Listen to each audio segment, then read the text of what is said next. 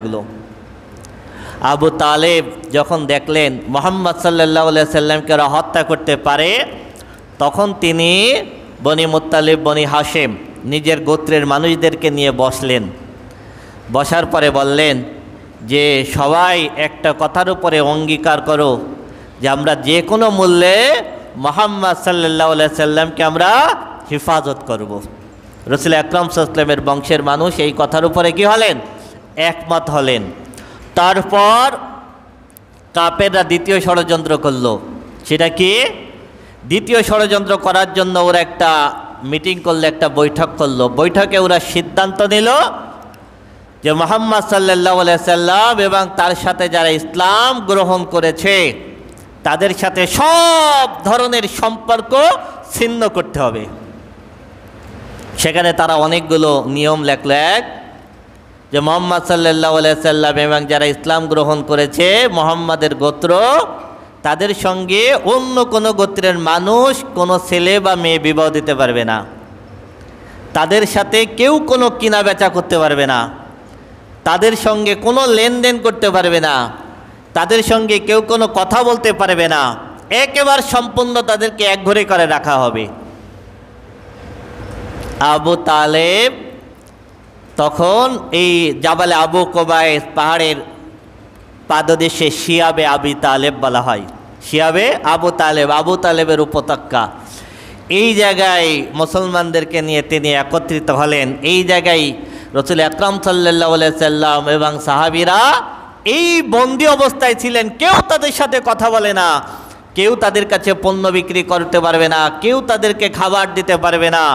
নিদারুণ কষ্টে এখানে 3টা বছর ছিলেন। কয় বছর? 3 বছর। খাবার নেই, কেউ তাদের কাছে খাবার বিক্রি করে না। বাইরের থেকে, মক্কার বাহির থেকে যদি কোনো কাফেলা মক্কায় ব্যবসার জন্য আসে, খাবার বিক্রি করতে আসে, তারা তাদের কাছে বিক্রি করতে পারবে, যেহেতু তারা এই চুক্তির অন্তর্ভুক্ত না। এই চুক্তির অন্তর্ভুক্ত না। কিন্তু তারা যখন বাহির থেকে আসলো, তখন মক্কার কাফেররা তাদের পণ্যের দাম 2 গুণ 3 গুণ করে দিল, যে তোমরা 2 গুণ 3 গুণ মূল্যে পণ্য তাদের কাছে বিক্রি করা লাগবে, আর এতে যদি তোমাদের কোনো ক্ষতি হয় সে অর্থ আমরা তোমাদেরকে দিয়ে দেব।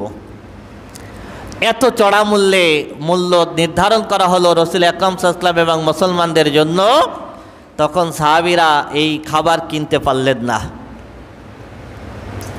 তারা যে চুক্তি লিখেছিল, এই চুক্তি যিনি লিখেছিল তার নাম হলো বাগিস বিন আমের। এই বাগিস বিন আমের এই চুক্তি লেখার কারণে আল্লাহ রাব্বুল আলামিন তার হাত অবশ করে দিয়েছিলেন, আর কোনোদিন ওই হাত দিয়ে সে আর কোনো কাজ করতে পারে নাই। এই চুক্তি লেখে কাবা ঘরের ভিতরে ওরা টাঙিয়ে দিয়েছিল। 3 বছর খাবার নাই। একটা খেজুর টুকরো টুকরো করে কয়েকদিন বসে খেতেন। সামান্য একটু ছাতু পানির ভিতরে ভিজিয়ে কয়েকদিন খেতেন।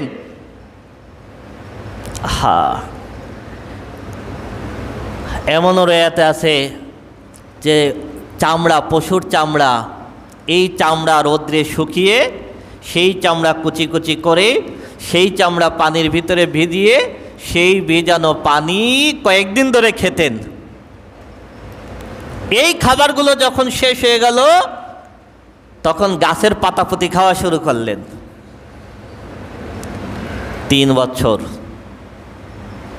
তার ভিতরে কিছু হিতাকাঙ্ক্ষী যারা ছিল, তারা রাতের আধারে গোপনে গোপনে কিছু খাবার পৌঁছায় দিয়ে আসতেন। এই খাবার ছিল তাদের সম্বল, যেগুলো গোপনে তাদের কাছে পৌঁছানো হতো।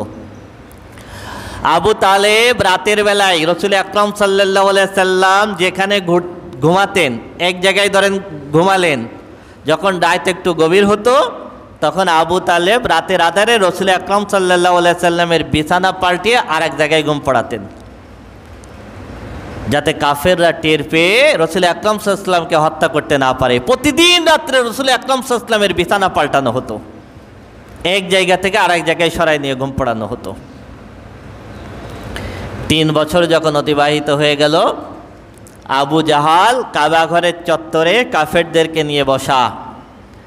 রাসূল আকরাম সাল্লাল্লাহু আলাইহি সাল্লামকে জিবরিল এসে সংবাদ দিলেন, তারা যে চুক্তি লিখেছে সেই চুক্তি কাবাঘরের ভিতরে দেয়ালে তারা টাঙ্গিয়ে রেখেছে, সেই দেয়ালে টাঙ্গানো চুক্তিনামা আল্লাহর নির্দেশে পোকায় খেয়ে ফেলেছে, শুধুমাত্র আল্লাহর নামটুক বাকি আছে। সুবহানাল্লাহ।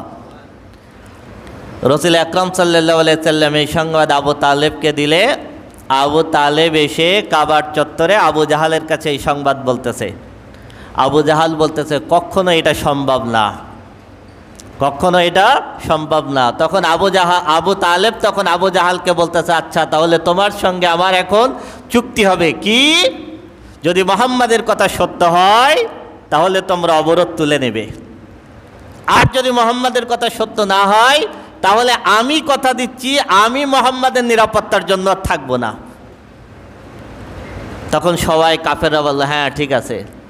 এরপর কাবাঘরের দরজা খুলে ঢোকা হলো। ঢোকার পরে দেখে দেয়ালে শুধুমাত্র বিসমিল্লাহি আল্লাহুম্মা এই কথাটুক প্রথমে ছিল, আর পরে চুক্তিনামা ছিল। ওই কথাটুক বাদে বাকি অংশগুলো সব পোকায় খেয়ে নষ্ট করে ফেলেছে। সুবহানাল্লাহ। তখন ওই চুক্তি ভ্যানিশ হয়ে গেল এবং রাসূল আকরাম সাল্লাল্লাহু আলাইহি ওয়াসাল্লাম এবং সাহাবীদের অবরোধ উঠে গেল। এই শিয়াবে আবি তালেবে 3 বছর বন্দী থাকার পর এর অল্প কয়েকদিন পরে আবু তালেবের ইন্তেকাল হলো। আবু তালেবের ইন্তেকালের সময় রাসূল আকরাম সাল্লাল্লাহু আলাইহি সাল্লাম পাশে বসে বলতেছেন, চাচা কালেমা পড়ুন, লা ইলাহা ইল্লাল্লাহ, মুহাম্মদ রাসূলুল্লাহ বলা লাগবে না, ওটা আমার অংশ, আমি দেখে নেব, শুধু বলেন লা ইলাহা ইল্লাল্লাহ। তখন মক্কার কাফের মুশরিকরা পাশাপাশি দাঁড়ানো সব বলতেছে, আবু তালেব একেবারে শেষ বেলায় এসে তুমি মান সম্মান সব খোয়াবা। আবু তালেব তখন মান সম্মান মক্কার কাফেরদের কাছে নিজের সম্মান ক্ষুণ্ণ হবে, এই জন্য শেষ মুহূর্ত কি করে নাই, ইসলাম গ্রহণ করে নাই।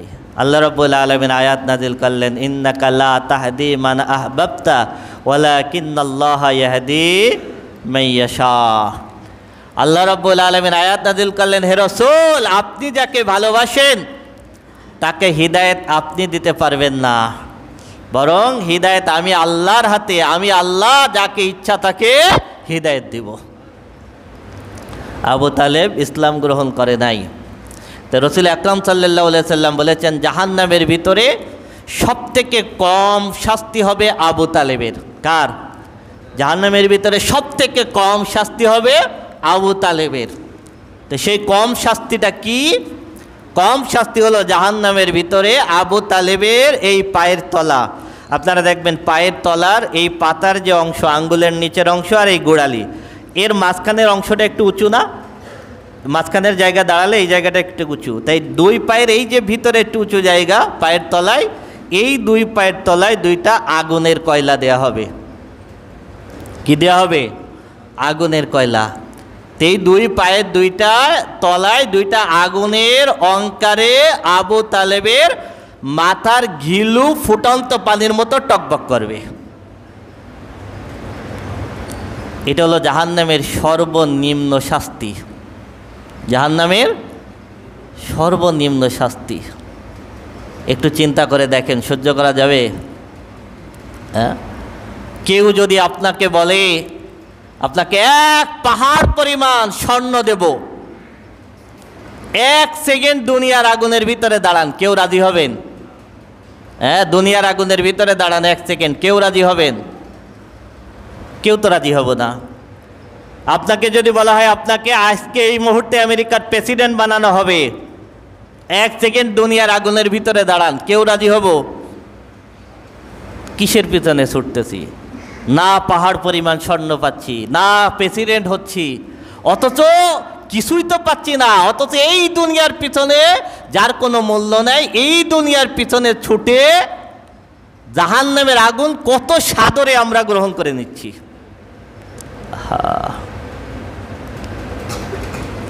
যেই জাহান্নামের আগুন চামড়ায় স্পর্শ করার সাথে সাথে কলিজায় আগুন ধরবে।